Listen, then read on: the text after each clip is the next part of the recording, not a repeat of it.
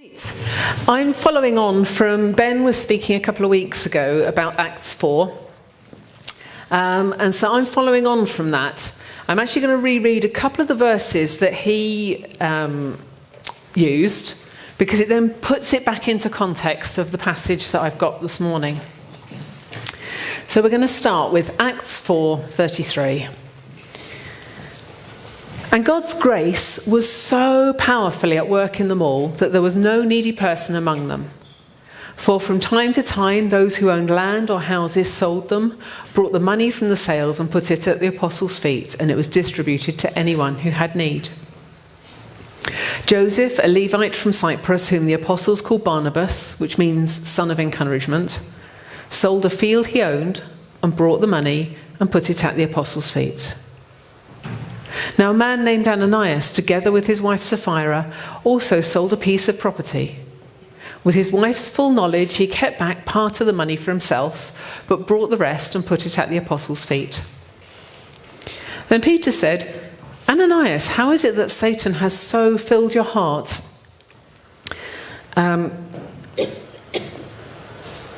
lost it, sorry. That you lied to the Holy Spirit and have kept for yourself some of the money you received for the land. Didn't it belong to you before it was sold? And after it was sold, wasn't the money at your disposal?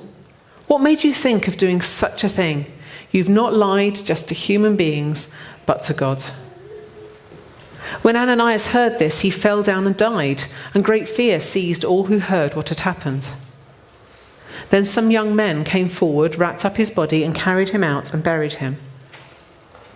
About 3 hours later, his wife came in, not knowing what had happened.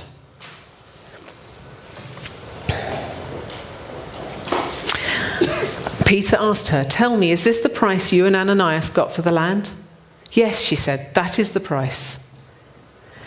Peter said, "How could you conspire to test the Spirit of the Lord? Listen, the feet of the men who buried your husband are at the door, and they will carry you out also." At that moment, she fell down at his feet and died. Then the young men came in, and finding her dead, carried her out and buried her beside her husband. Great fear seized the whole church and all who heard about these events. The apostles performed many signs and wonders among the people, and all the believers used to meet together in Solomon's colonnade. No one else dared join them, even though they were highly regarded by the people. Nevertheless, more and more men and women believed in the Lord and were added to their number. Now, having grown up in church, I've heard this story lots of times, and it's actually, I grew up with it being quite a scary passage. You know, this was something to be slightly scared about. But I think I've learned over the years that assumptions that we make as we read the Bible are dangerous and often lead us quite a long way astray. And I think that's what's often happened with this passage. I managed to do it recently. I went out for coffee with a friend. Hadn't seen her for ages. Was really looking forward to it. She'd sent me an email saying, yeah, meet me at Boston Tea Party, White Ladies Road. Great, all fine. I thought, brilliant. I'm meeting someone else later that day, just 6 doors down at Lona on the Gloucester Road, no problem.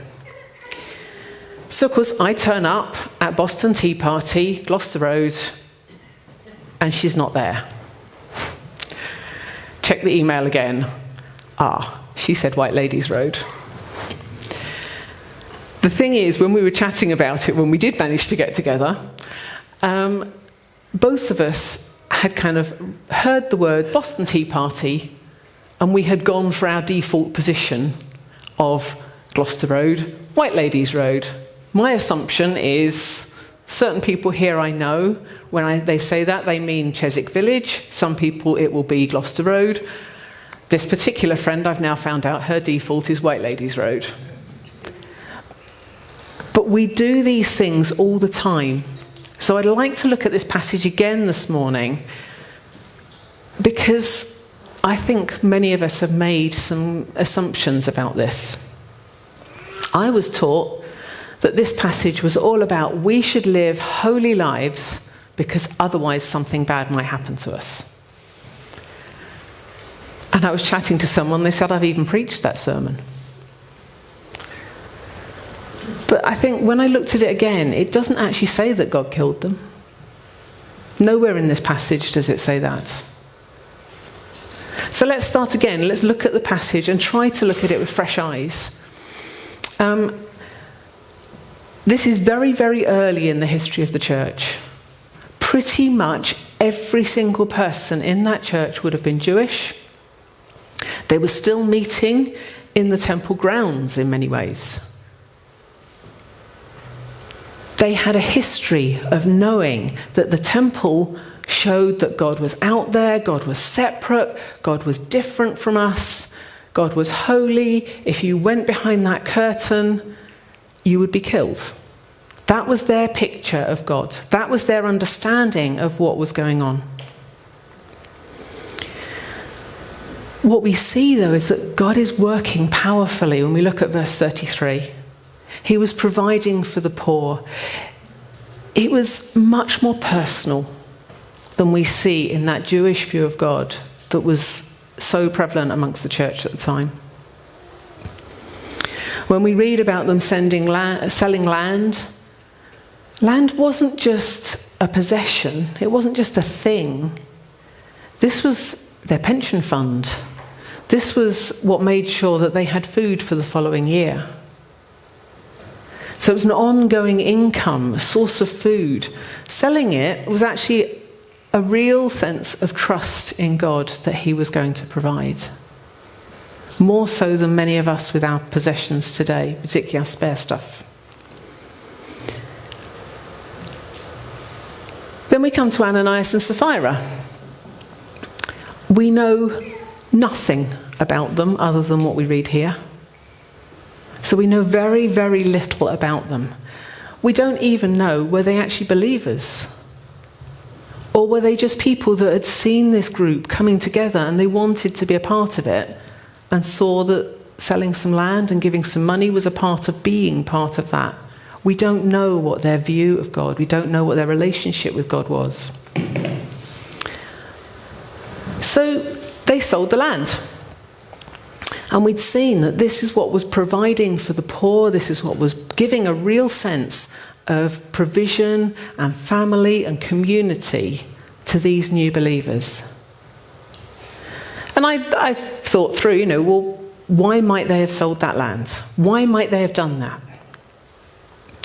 They might have just wanted to be generous. They could see a need and they could do it. That's a good thing. Yeah, I can meet that need.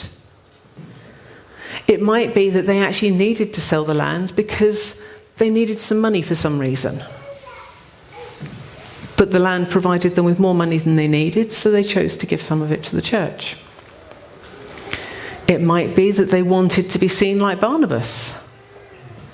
It might be that they wanted to please God. We don't know what their reasoning was, but too often we read these passages and we read our cultural assumptions into them. They then kept some of that money. And that was their choice. God didn't dictate to them one way or the other. It may be, as I said, they may needed to have paid the debt. They may have had a roof that was leaking. They may have been scared of the future and just needed to keep some to protect themselves. They just may not have wanted to be quite that generous. We don't know. But they chose to keep that money. And at no point in the passage does it actually say that that was wrong. And I think we sometimes think we've got to behave exactly like other people. They maybe wanted to be like Barnabas. Maybe they wanted to be seen to be doing the same thing. But we don't know what their motivation was. We don't know what's going on. So let's not judge them too harshly right from the word go.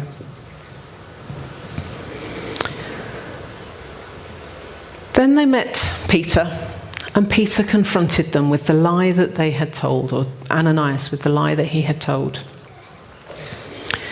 And he said, basically, you've lied to God as well as to us. And Ananias dropped dead. That's scary.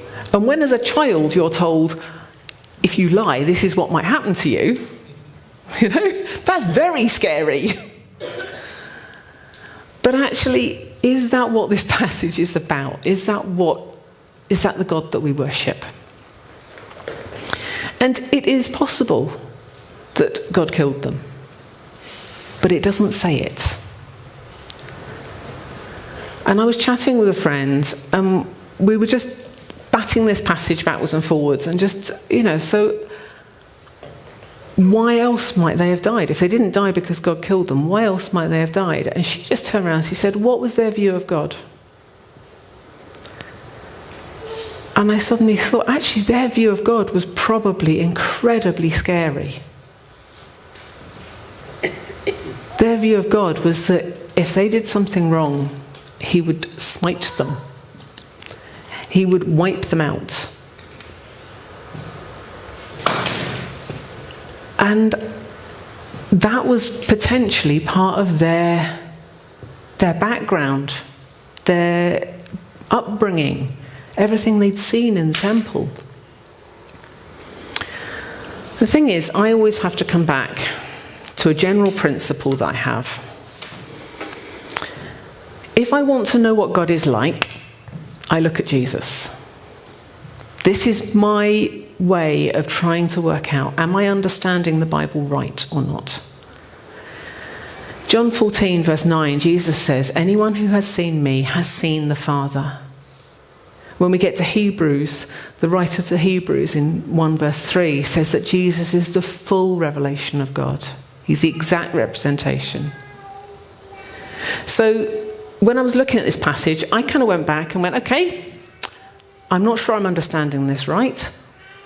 What would Jesus do? How did Jesus deal with someone who lied to him, lied about him? All four Gospels record what happened towards the end of Jesus' life, in the trials, and Peter turned round and 3 times said, I don't know him.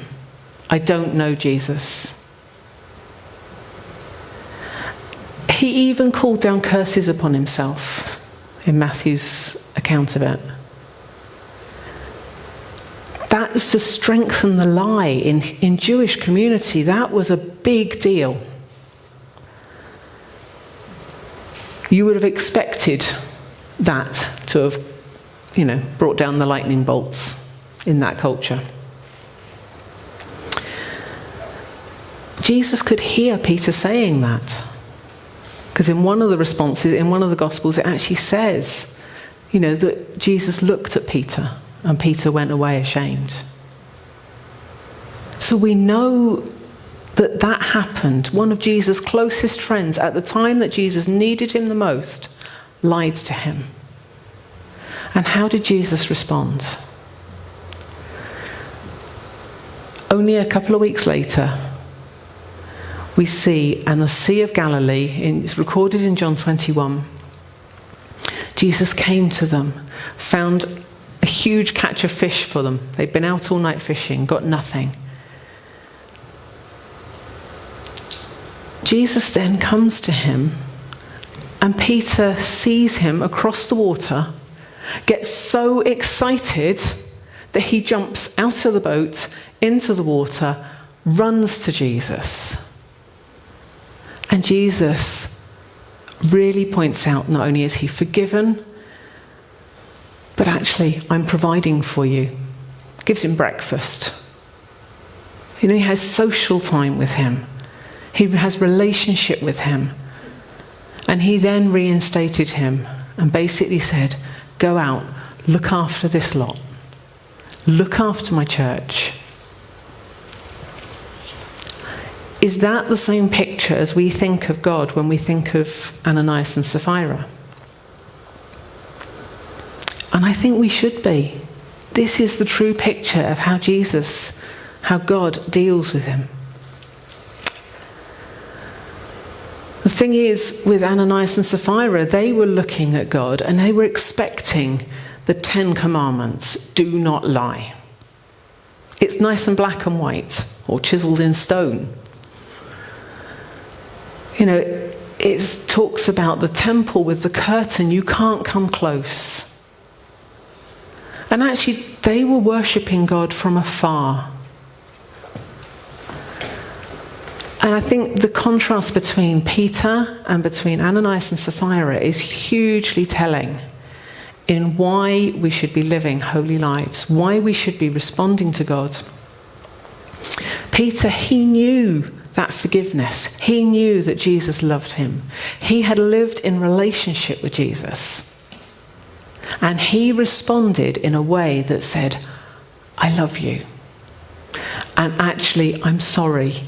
And I want to still be in relationship with you. I want to live my life holy. I want to live my life right because I know you, Jesus. Ananias and Sapphira, you get the impression that they were much more like, I've done something wrong, that's it. End of. There is no way back from this. And they were worshipping God. They were bringing their gift out of a place of fear, I believe. Out of a place where they didn't have that relationship with God. And I want to worship God out of a place of intimacy and relationship. I want to know that when I am not leading a holy life, when I have made that mistake, when I have lied, when I have done all those other things that we do, that actually I can come back to Jesus. But the difference is when I know I can come back to him because he loves me, I know that I want to live a life that is more Christ-like.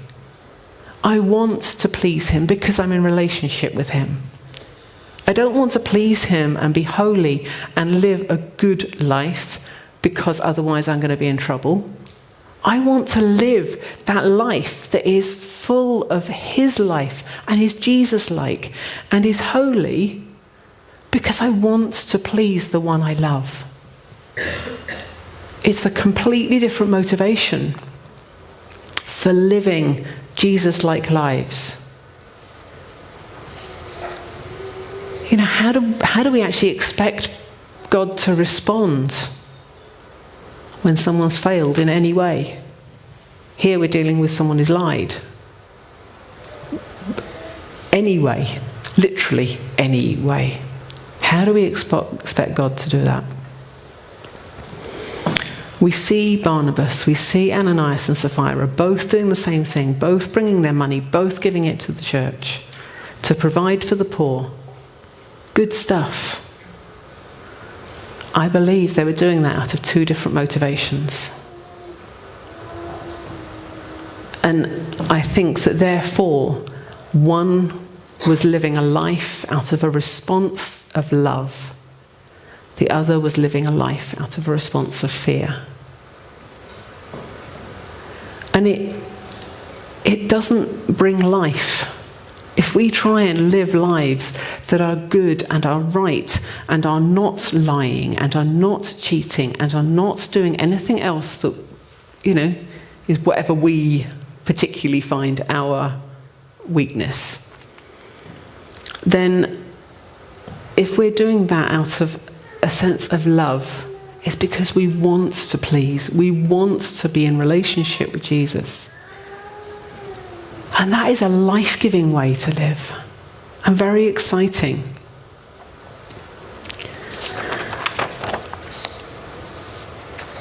When Peter had lied, he was ashamed.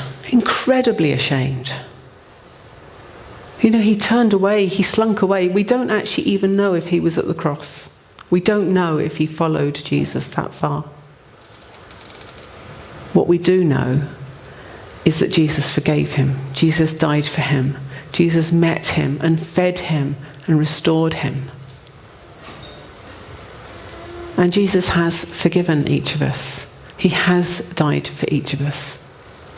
He wants to restore us. He wants us to come to him and live those lives that he has made possible. He wants us to jump out of that boat and run to him because we are just so excited to see him, even though we know we've failed him. And I don't want to live a life like Ananias and Sapphira out of fear of, I've done something wrong and I'm now scared. And I can't come to God because I've done something wrong. No, I've done something wrong, therefore I can come to Jesus. I can come to God because he loves me. And because I know he loves me, I can do that. When we go on a tiny bit further, Acts 5:13 and 14, I read it out earlier. No one else dared join them, even though they were highly regarded by the people. Nevertheless, more and more men and women believed in the Lord and were added to their number. Okay, that's two completely contradictory statements right next to each other. And I think actually what it's saying is that there were people that wanted to just come and be around the church. They wanted to be close. They wanted to see what the church was doing. And yet after this had happened, they kind of stepped back and went, actually, no, I don't want to be that close. I don't want to be there. And that's what makes me wonder if Ananias and Sapphira actually were in that camp. They were interested, they were wanting to know what was going on, but they weren't living out of that relationship with God. And then verse 14, more and more people believed in the Lord and were added to their number. These are the people who have responded. These are the people who've now come into a relationship with Jesus and who are wanting to live their lives out of that. Now, I believe the church should actually include both groups. I think we should be a church where actually it's great for people to come in and go, yes, I don't know what is going on there, but they've got something that I want. And like Ash said about Rich, you know, watching people's lives, seeing that relationship they have and going, yes, I want that. But it's important to understand that that's not something that should induce fear. It's something that should call us into relationship with the God who brings us to a place where actually we can live our lives in a way that is more and more like him because we are in relationship with him. And so just as I come to a close here, I think I want to leave us with a couple of questions. What is our view of God? Is my view of God that he's out there and he's separate, and if I do something wrong, he's going to swat me like a mosquito? Or is my view of God, actually, I love you, I've screwed up, sorry. Can I come back and I'm in relationship with you? Different view of God. And it may mean that the behaviour is the same. We may want to please God and do things the same, but it's for different motivation. And I think our view of God makes a big, big difference on that. And therefore, what is our motivation for leading a Jesus-like life? The next question, are we leading Jesus-like lives? Because actually sometimes we can get to that point where we know that Jesus has forgiven us. We know that he loves us anyway. And we can then kind of let some of that living right lives just go to one side a bit. Are we living lives that are Jesus-like? So we're now going to come to a time where we're going to worship. The band's going to come back. And look at Jesus. Look at God. Worship him. This is the reason that we are to live holy lives. Not out of fear, not because otherwise something's going to go wrong. And I think it's so sad that Ananias and Sapphira just didn't see that.